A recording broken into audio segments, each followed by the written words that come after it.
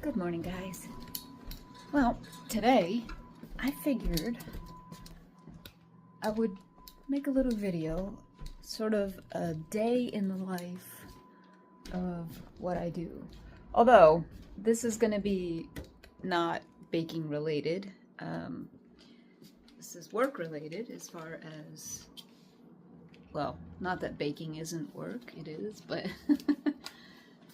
it is getting the computer work done, answering questions, posting things to Facebook and Instagram, and editing and all of that stuff. But it also includes today, I just finished with most of my computer work. I have a little bit more to do, but it's dying, so I need to plug it in and let it charge for a little while. So in the meantime, I'm going to craft. I have to get some stuff done, some candles done, some other sort of home decor done for the shop. And, you know, I'm just going to kind of take you guys with me. I'm not going to do a whole thing. Those videos are actually already out. I already have those videos out. They're on my YouTube channel, and I think most of them are on Facebook. But, yeah, I'm just going to bring you guys along just because I'm getting these questions of, do I ever sleep? And I get that question a lot.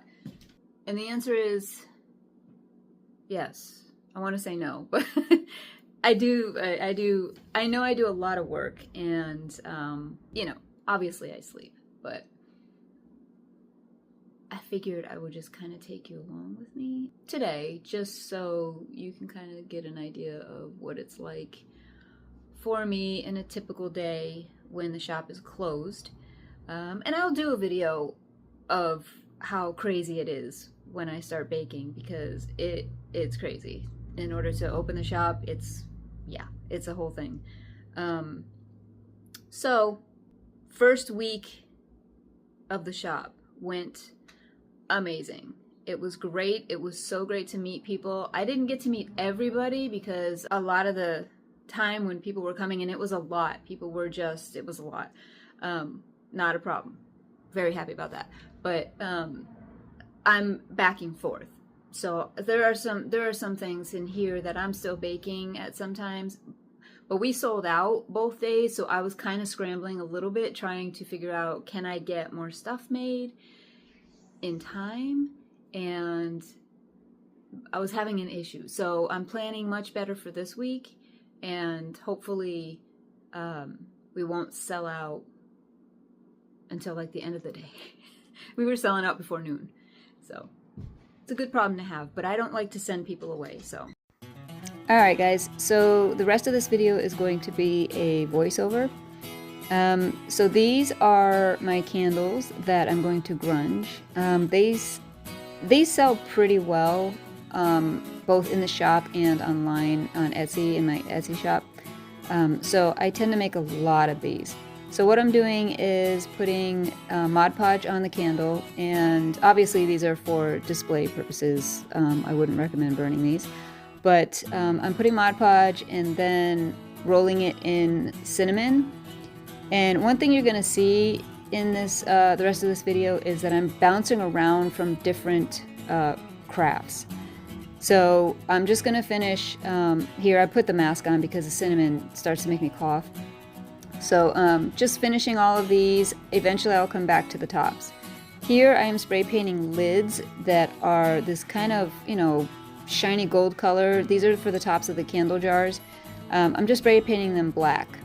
Gonna let those dry. Now I'm coming back to the taper grungy candles, and I'm doing the tops. I am putting Mod Podge on the wick as well. Again, this is just for display purposes. You know, just decor, and so I get everything grungy, just make it all look good. And these I end up putting in packs of 2, as you will see at the end of this video. Okay, so here are the jars. These are like little mason jars. I think these are about 3 ounces of candles, and they're different scents. There's an apple cinnamon, there's a couple different scents. And I'm putting, again, trusty Mod Podge on here, and we're gonna do a crackle finish. So I put a good coat of Mod Podge, and now I'm coming in with this ivory colored paint, And the trick with getting something to crackle is you got to put a good coat on, but you don't want to overwork it.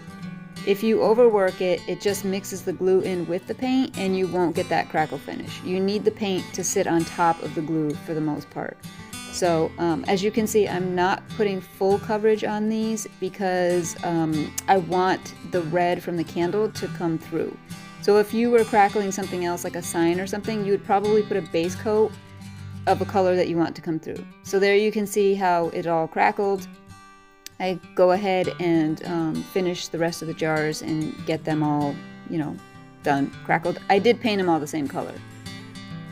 Okay, so here is after the entire candle was grunged that I am coming through with the Mod Podge again, and it's just a sealing coat basically. This holds all the cinnamon on here so nothing's like, you know, coming off. It'll give it a little bit of a shine, even though this Mod Podge says it's a matte finish. It does give them just the slightest shine. Okay, now those are drying, as you can see, and I am coming back with a, it's kind of like a rub and buff, and I forget the name of it. I'll try to remember and put it in, but this is like a silver color, but I put it on the brush and it was just too much and it was leaving like brush marks. So I went ahead and started using a paper towel, and I'm just going over some of the areas. I'm not doing the whole thing. You can kind of see the lids there. So now I am taking some cardstock and I am writing the names of the candles, meaning the scents of the candles on these right here. And then they will get a hole punch, and then I will go ahead and put on bows and everything, you know, decorate the jar basically. So this right here is some ticking fabric that I just ripped, and just kind of putting it on here. This is what will hold my tag before I go ahead and put on the bow. This I'm just kind of taking these same tags, and I am crinkling them up just to make them look older, and then I'm putting them, making them look more distressed with my ink pad, just darkening them up basically.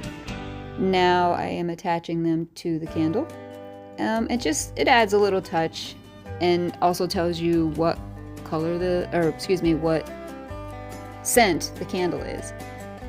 So here I am actually, I didn't realize that I wasn't filming for the bow, to make the bow, but I do have a video on my YouTube channel, Country View Homestead, where it shows me making these messy bows. So I grab a button, it's a little button, to go in the middle of these bows, and I distress that too. And I also always put, I always thread my buttons with some twine. Okay guys, so here are the pictures of what the jars look like finished, what the candles look like finished. I also did bells, which you're about to see right here, that I did not actually film. But those I did too, as well as this little guy. So it was a full day. All right guys, follow for more.